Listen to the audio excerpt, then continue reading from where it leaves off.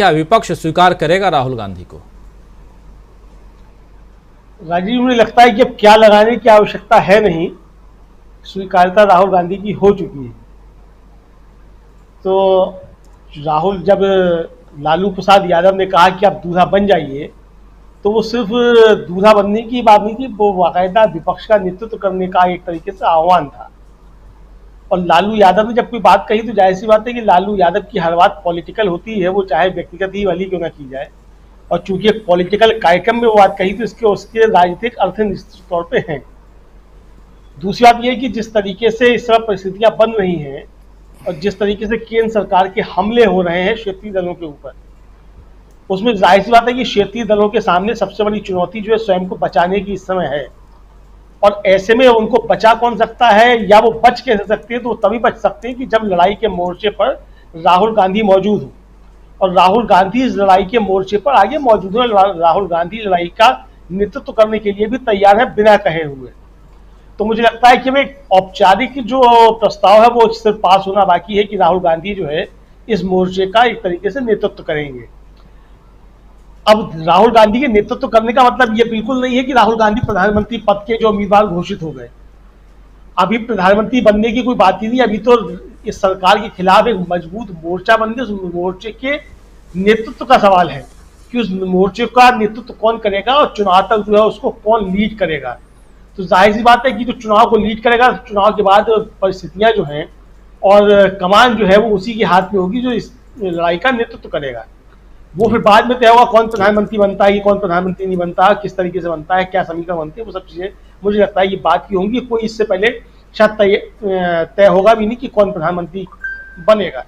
लेकिन नेतृत्व तो राहुल गांधी करेंगे। मुझे लगता है इसमें कोई अब दो राय नहीं रह गई है। और राहुल गांधी भी जो है मन से स्वीकार कर चुके हैं। मुझे लगता है कि तैयार है इसलिए पूरी तरीके से कि उन्हें प्रधानमंत्री नरेंद्र मोदी के सामने और भारतीय जनता पार्टी के सामने एक मजबूत विपक्ष जो है वो खड़ा करना है और एक मजबूत नेतृत्व है वो देना है। भारत जोड़ो यात्रा के बाद राहुल गांधी एक जननायक की छवि निश्चित तौर पर उभरी है। और जिस तरीके से राहुल गांधी ने सदन के अंदर खड़े होकर के आजादी के मसले पर भाषण दिया और जिसको लालू प्रसाद यादव ने भी उसकी बहुत तारीफ की उस बैठक में, तो उसके बाद फिर ये मील का पत्ता राजीव जी हो गया कि राहुल गांधी हर मोर्चे पर इस सरकार को कड़ी चुनौती देने के लिए तैयार है। और विचार के मसले पे और क्या मुद्दे होंगे उन पे उनकी राय एकदम स्पष्ट है। और उन मुद्दों से वो डिगे नहीं, उन मुद्दों से वो हटे नहीं, उन मुद्दों पर लगातार बात वो कर रहे हैं। अब आप देखिए कि कर्नाटक चुनाव जीतने के बाद भी जिस तरीके से कांग्रेस की सोशल मीडिया टीम जो है वो राहुल गांधी के जो वीडियोस पुराने जारी करती है या नए भी जारी करती है, तो उसमें वो 20,000 करोड़ रुपया क्या है उसका सवाल निश्चित तौर पर होता है। यानी कि अडानी का मुद्दा कहीं गया नहीं है, अडानी का मुद्दा इस समय कायम है। तो अडानी के मुद्दे पे बातचीत हो रही है। राष्ट्रीय सुरक्षा के मसले पे भी सरकार को घेरने के तमाम सवाल किए जा रहे हैं। राहुल गांधी उन सब सवालों को लगातार कर रहे हैं।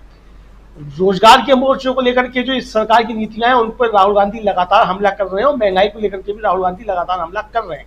यानी ये सरकार जिन जिन मोर्चों पर घिर सकती है और जनता के बीच जो सवाल मौजूद है, जनता के बीच जो सवाल जो है उठ रहे हैं, उनको राहुल गांधी उठा रहे हैं, उस सरकार के ऊपर सवाल दाग रहे हैं।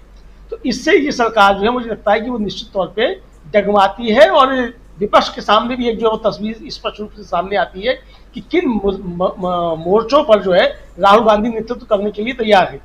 जो विपक्षी दल किसी भी कमजोरी की वजह से कह लीजिए, चाहे वो केंद्र का दबाव कह लीजिए, चाहे ईडी सीबीआई के दबाव कह लीजिए, चाहे अपनी कुछ राजनीतिक कलेबाजी कुछ कह लीजिए, जो जनता के मुद्दे उठाने से अब तक कतराते थे या नहीं उठाते थे, उनमें भी एक जो है साहस आया है कि वो जनता के मुद्दों पर बातें करें। तो राहुल गांधी जो सरकार को ही विवश नहीं कर रहे हैं कि जनता की बात सुने, इस विपक्ष को भी मजबूत कर रहे हैं कि आपको भी जनता के मुद्दों की बातें करनी होंगी। तो एक चीज तो आज भी मुझे लगता है कि बिल्कुल साफ है कि राहुल गांधी अब नेतृत्व करने को तैयार है और विपक्ष भी इस बात को तैयार है कि राहुल गांधी इसकी कमान संभाले। जो बेंगलुरु की बैठक होगी राजीव जी, उसमें निश्चित तौर पर कई चीजें सामने खुल करके आ जाएंगी और लाइन ऑफ एक्शन जो है मुझे लगता है वो भी तय हो जाएगा। तो इसलिए मुझे लगता है कि 17-18 को जो वहां से बेंगलुरु से संदेश आएगा और आप उसको कह सकते हैं एक तरीके से कि वो बेंगलुरु घोषणा पत्र जो है वो 2024 के चुनाव की एक रूपरेखा और चुनाव के मुद्दे और नेतृत्व वो सब कुछ जो है एक तरीके से उसकी साफ स्पष्ट झलक मिलेगी राजीव जी। बिल्कुल बिल्कुल। हमारे साथ जुड़ गए हैं प्रोफेसर रविकांत जी। रविकांत जी, आपका स्वागत करता हूं।